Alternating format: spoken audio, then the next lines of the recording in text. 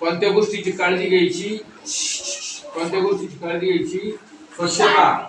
स्वच्छता काय? स्वच्छता, नीटनेटकेपणा. बरोबर आहे. त्याच्यानंतर आपण जो काही अभ्यास करतो ना आपण, त्या अभ्यास करताना त्या अभ्यासाची जागा, बरोबर ना?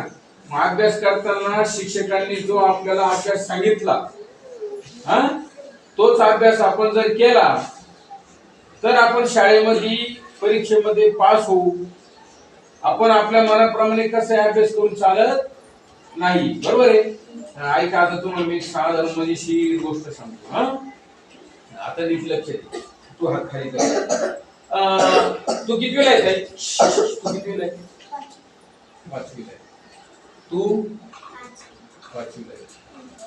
तुम्हाला मी तुम्ही मोठ्या मुली म्हणून तुम्हाला मी एक विचारतो. सगळ्यात महत्वाचं म्हणजे तुम्हाला सहज कळलं, आपल्याला चांगलं आवडतं का खराब आवडतं? दादा काय आवडतं?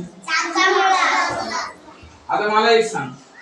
समजा तुला जर शिक्षकांनी एखाद्या पुरुषोत्तम एखाद्या विषयामध्ये तुझ्या पाठीमागचं काय नाव तुझं?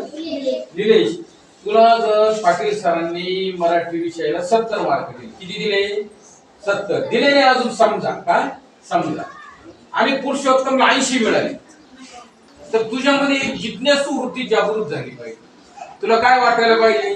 पुरुषोत्तम अभ्यास तर मी बरोबर केला, अभ्यास तू पण केला, प्रश्नपत्रिका मी पण सोडवली, उत्तर मी पण लिहिली, मग तुला 80 मार्क पडले, मला 70च का पडले? ही खेदाची बाब म्हणून नाही बरं का पुरुषोत्तम. निलेश, खेद म्हणून नाही करायचं, त्याचा आपण समीक्षण करायचं, तो विचार करायचा. आपल्या